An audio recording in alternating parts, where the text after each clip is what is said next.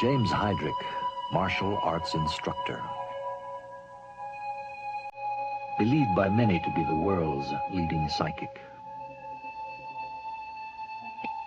Intellectually armed with a third-grade education and claiming to be self-taught in martial arts, one is easily impressed by Hydrick's exhibitions of strength.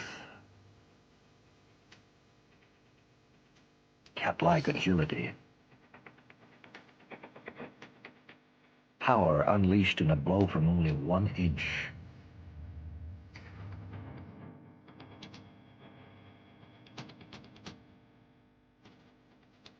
And the blind man's version of combat. Hydrick claims he developed his abilities in adolescence and later perfected in manhood. Regardless of their size, Hydrick could apparently move objects at will. James Hydrick is a man of many things, none of which are particularly good. But for a brief period in the 80s, he rose to some fame and developed a cult following because he was magic.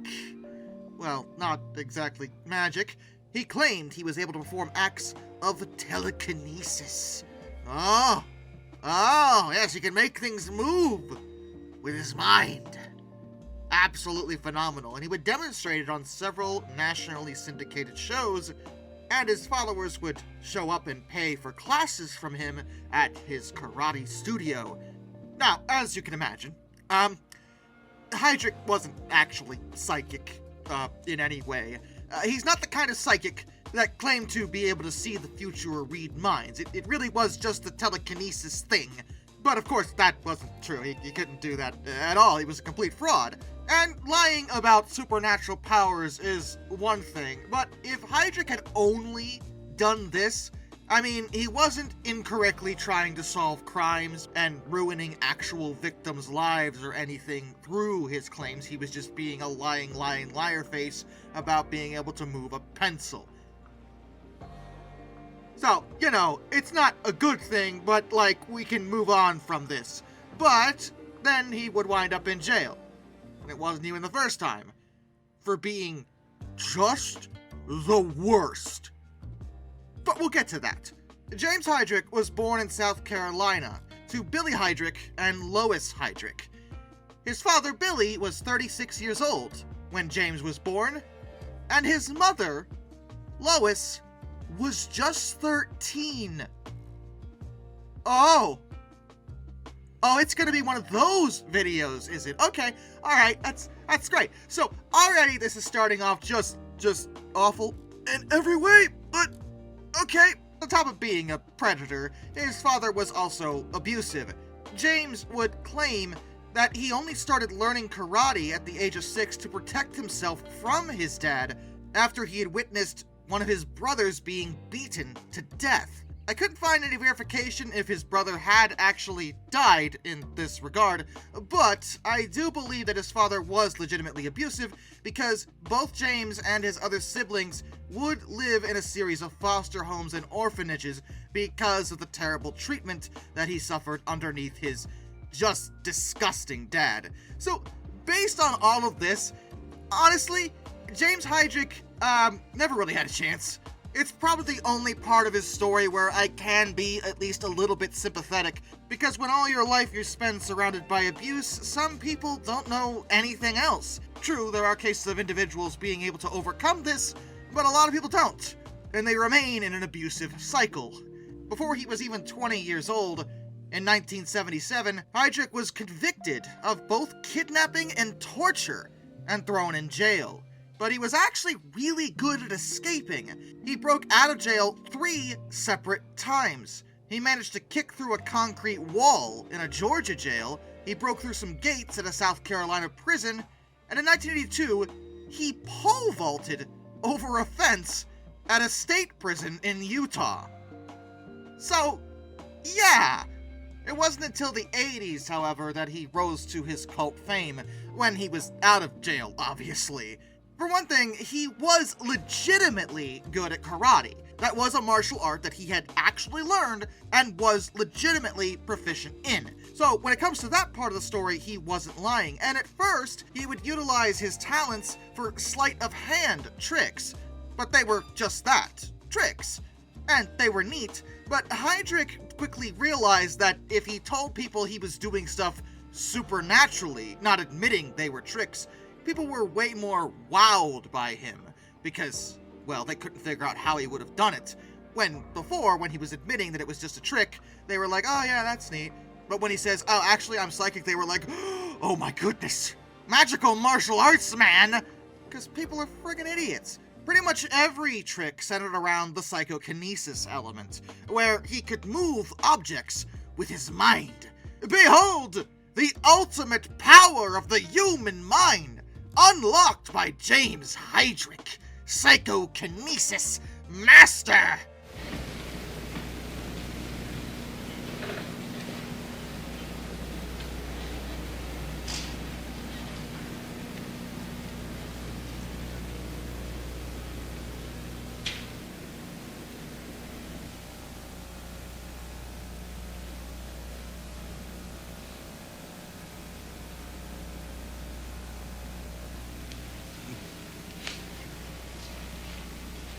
Okay, let's get it. I'll get it. Okay. Ready?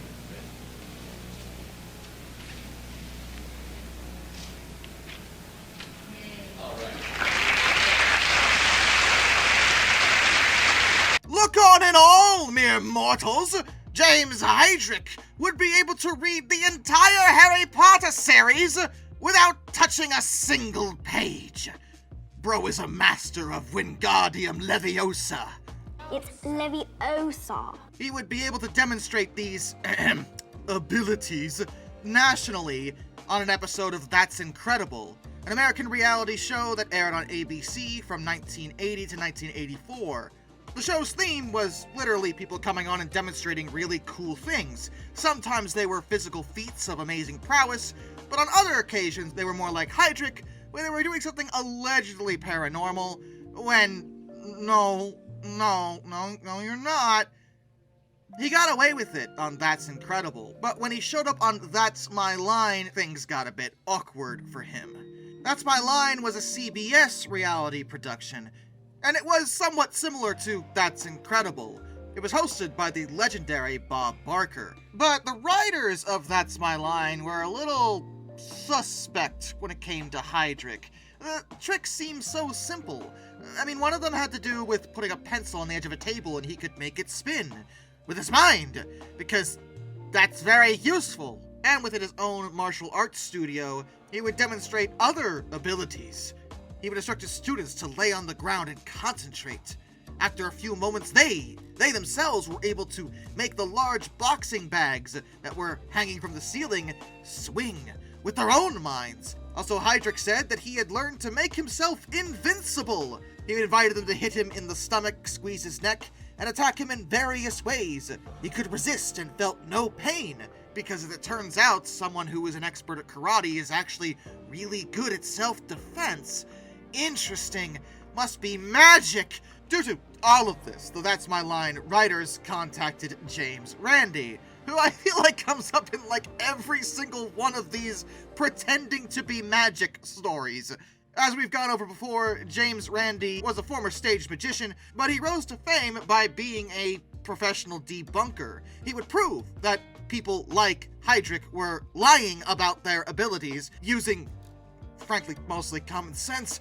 Back then, Randi was offering a $10,000 prize for anyone who could demonstrate paranormal faculty under controlled conditions. And a part of the program was that Hydrick would try to win this because, I mean, obviously, he's a very real, psychokinetically powered man. No, not man. God. Look at the pencil spin, you guys! What mere mortal could accomplish such a feat? This particular episode aired on February 24th, 1981, and at first Hydrick wasn't really in on the whole being debunked thing. He performed his tricks as he normally would, starting with the stupid pencil thing, and then he turned the pages of a telephone book, with magical mind powers, definitely for real, 100%, I promise. But after he was done, Randi was called onto the stage. Randi decided to only test the book, because, frankly, the pencil thing is remarkably stupid and simplistic.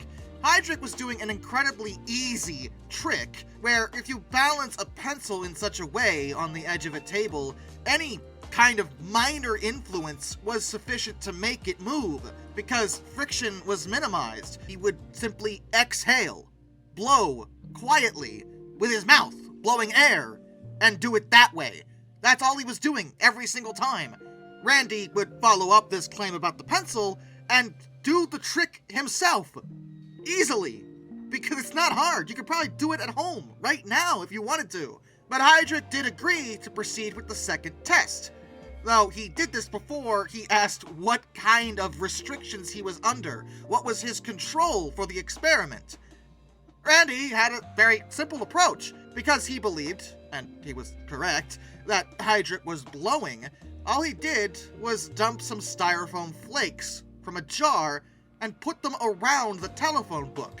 He would then explain that they would show whether the pages were moving because of some psychic ability, or if it was Hydrick just blowing.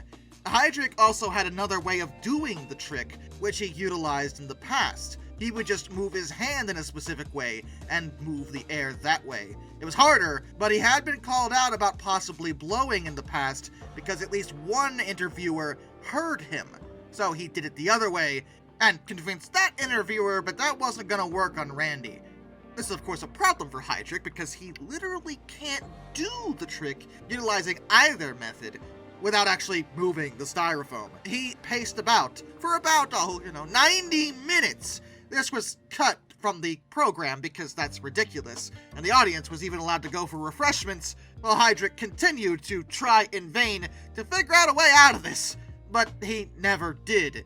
There was just no way to do the trick without moving the styrofoam. He came up with an interesting excuse that there was a static electricity effect between the air conditioning and the styrofoam that was keeping the pages glued to each other, so he couldn't move them, because that makes sense if you don't think about it at all. Randi, Barker, as well as the judges they had on the show, didn't believe this particular excuse, and it made Hydrick look pretty silly.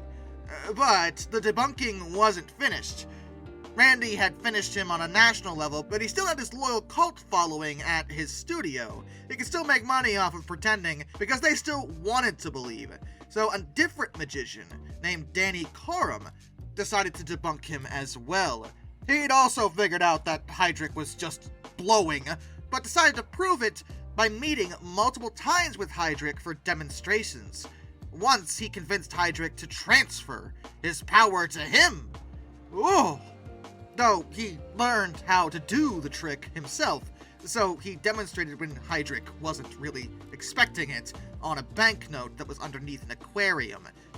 Corum was also the one who explained the boxing bags thing. Yeah, how was he making those move? That couldn't have been just him blowing, right? No. See, Hydrick only did this particular test with his students at a very specific time of the day. 3 o'clock in the afternoon. The reason for this is that the sun beat down on an old aluminum roof. This caused the metal to expand, and it caused the hooks which the bags were attached to shift very slightly, enough that the heavy bags did start to sway. Corum confronted Hydrick directly with everything he had gathered, and demanded that he confess that he was a fraud. Hydrick was pretty mad. Because I don't understand, man. This ain't cool at all. And finally explodes. God. But he never went after Corum. He decided that, yeah, after the Randi thing and now this, he was cooked. He did confess that, yes, they were all tricks. He was making it up, he wasn't actually psychic. And his reasoning was that he was angry. Because of his abusive childhood, he wanted to show how stupid the world was, how idiotic America is. They were calling me stupid growing up. so how come they fell for it? They kicked me all my life. I just wanted to prove that I exist too. Now, from an edgelord perspective, you know what? I get it, actually. Once again, I can kind of empathize with him a little bit because he was abused as a kid. His upbringing was just awful. His father was the worst. So I can totally see why he was angry at the world. And in terms of taking revenge on the world, I think pretending to be psychic is like bottom tier as far as heinous goes. Like, people who are angry at the world have done some pretty horrific things if you think about it. And the psychic thing really isn't at the same scale of some others that I'm sure plenty of you can think of. But unfortunately, Hydrick's story didn't end with that. Because if it was just this, you might be able to have some drops of sympathy for him. Because in terms of being a fake psychic, his tricks weren't inspiring false hope or false grief. He wasn't predicting the future or trying to solve crimes. He was just pretending to move paper with his mind. I mean, okay, stupid, fraud, yeah, but not like criminal. But he already was a criminal. And it was that criminal element that would get him into trouble, because he never really did get his life back on track after this. He would be sent back to jail due to a warrant because of unreported firearms possession. Randi actually reached out to Hydrick and wrote to him to help encourage him to pursue a career, a legitimate one, as a stage magician, as Randi had once been, because Randi openly admitted that his tricks, simplistic as they were good, and he knew Hydrick had a history of sleight of hand tricks. Hydrick could have pursued a legitimate career as a stage magician and probably done a really good job. He was talented at this particular craft, and he was a persuasive guy. He could wow an audience with things that he wouldn't explain, and as long as he didn't claim to have actual supernatural powers, as professional magicians generally don't, they're all doing tricks, entertaining tricks, but just tricks, then Hydrick could have a pretty lucrative career at that. But sadly, he did not heed Randi's advice. Even though Randi even went as far as to offer to help find him a manager, he never received a response. And after Hydrick got done with his sentence, he did something truly unforgivable. In 1989, he was sentenced to 17 years in prison because he assaulted 5 young boys between the ages of 10 and 13 in Huntington Beach, California.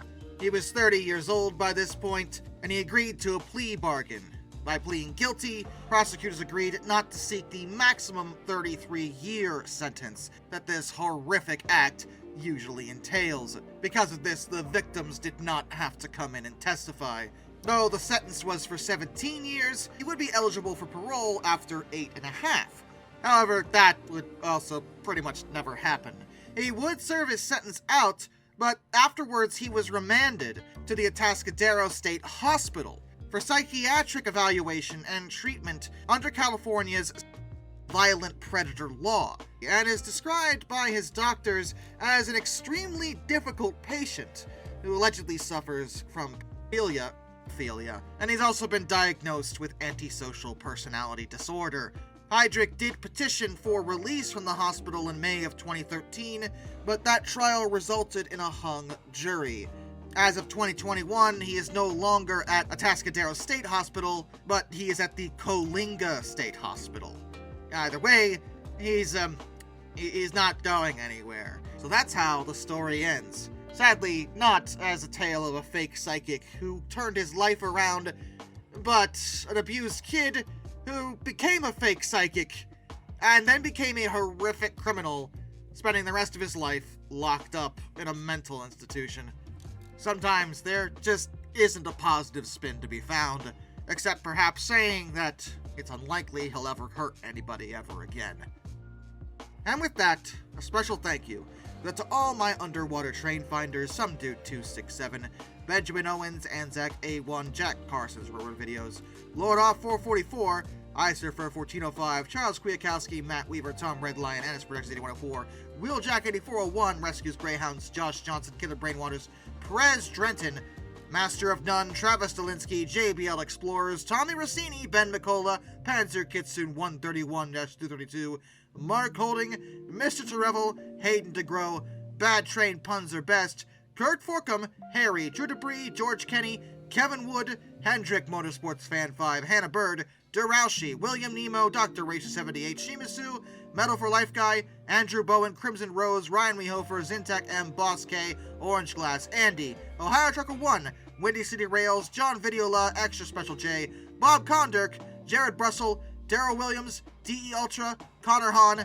AJNH86, Brian Philly, Nathaniel Brown, Liam Wright, Mr. Sleepy, AET Museum, Jonathan Coco, NJ1969, Zen Dog, Rashad Austin, Westmost, DFL Church, Caleb Crosswhite, Profound Punk, The Baxter, and of course, my dad. Till next time, this is Darkness and Abidjuala. Fun! Farewell.